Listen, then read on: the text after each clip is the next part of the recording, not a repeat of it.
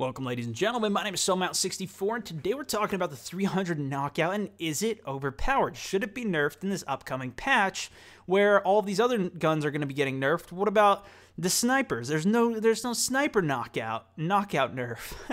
I've been playing a lot with Black Ops, Alex94 Kumar, as well as Shug, all three of these guys in the top 5 US snipers.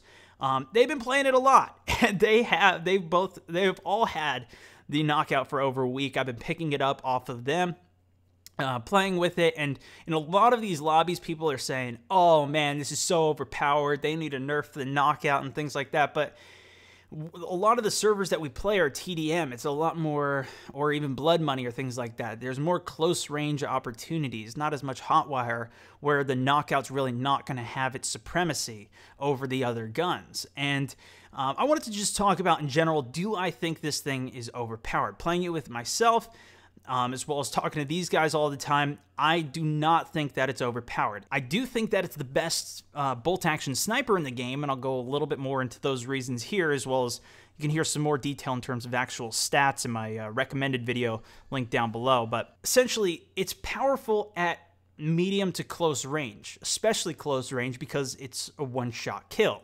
None of the other snipers have nearly as much power, especially out to 50 meters out, which is none of the other ones do it.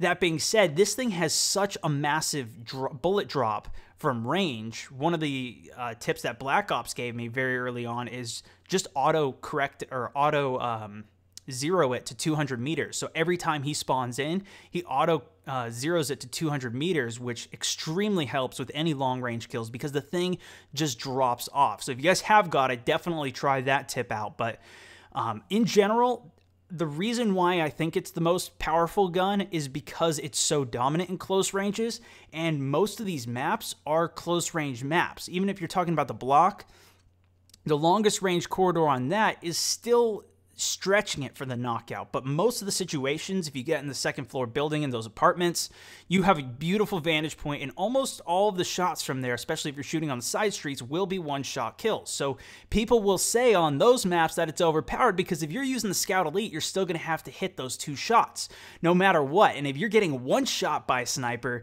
then you're going to think it's pretty damn powerful. And all the games that we've been going into, people are saying, oh, 300 knockout, overpowered, hackers.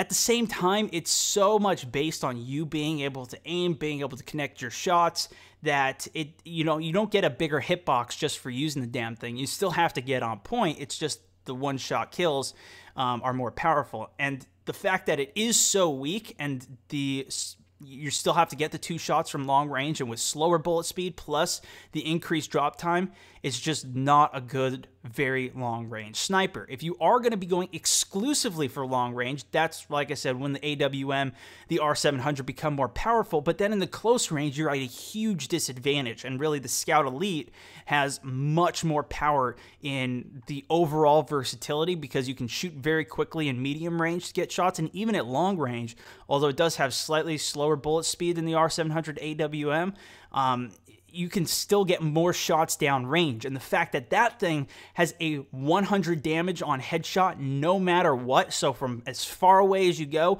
it's a one-shot headshot, that thing becomes the most powerful. It's really just being able to deal with the recoil and control when you actually shoot that thing, especially if you start shooting it fast. So overall, my conclusion with this is that I do not think the 300 knockout is overpowered.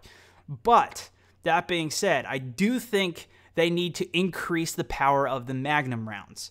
I talked about this briefly in that video as well, but I didn't give my opinion on it too much. And the thing is just so weak against vehicles. I've had other people messaging me who saw my video after talking about why not to get the things, right? Who are saying, oh, I wish I saw this sooner. I already dropped 100 G's on this Magnum rounds, which even with them on doesn't do very much damage against vehicles. And it does do a decent amount of damage, but when you're comparing it to 3-shotting helicopters, 4-shotting helicopters in the beta, that is where the power of this thing should be, because the trade-off to the damage that you do against players, decreasing the one-shot, or excuse me, decreasing the minimum damage that you can do, now you can get 3-shot kills with that thing when you have the Magnum rounds on, when you're past about 50 meters and 60, 70 meters, somewhere around there. it just becomes too weak to even use. The regular one's better. Putting straight pull on that's going to win every time. And even better than that is just using the Scout Elite. So really, I think they've done a terrific job at balancing out the snipers overall. If you're going to be going for the long range, you have your choice. If you're going to be going for the short range, the 300 knockout definitely is going to win there. And then everything in between, the Scout Elite, the one you start with, is an excellent choice, really. I think that they've done a good job with this. And if the Scout Elite didn't shoot as fast as it did and didn't have the power behind it that it did, I would say that there would still be misbalance, the 300 knockout being better. But to me, it seems like this is really balanced, and it's just everybody wants to get to the knockout. And we'll see once a lot of people get it. Maybe it does turn out to be too strong with its one-shot kill power, but you still have to aim with when you're within those 50 meters, and you have to connect with them. Plus, if you get a leg shot, it's not going to be a one-shot kill. So it's still a difficult shot, and I think people just aren't used to it. And especially if you played the beta and you were getting one-shot killed from the AWM R600 up to 80 meters out with the Magnum rounds on at that time, that was insane. And talking to a couple of the devs and some of my streams, you guys have seen that particular Fred Tuna. That was supposed to be, or that was not supposed to be in it, even in the beta. It was just a complete glitch that they couldn't fix in time for the beta. But yeah, there you go. Those are my thoughts, though. I think they should increase the power of AWM R700 at least a little bit more to make it a bit stronger, but that specializes in the long range. And I'm interested to hear what you guys think in the comment section down below in terms of weapon balance, and the snipers in particular. And I'll talk about the other ones in future videos, but yeah.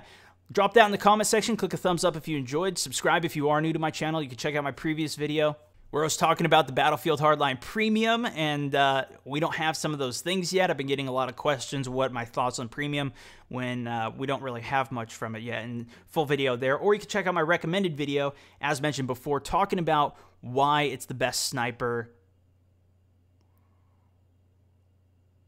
why the 300 is the best sniper, and comparing the stats and looking at some more details on that. Anyways, thanks so much for watching, and I'll see you guys in the next video. This is StoneMouse64, signing out.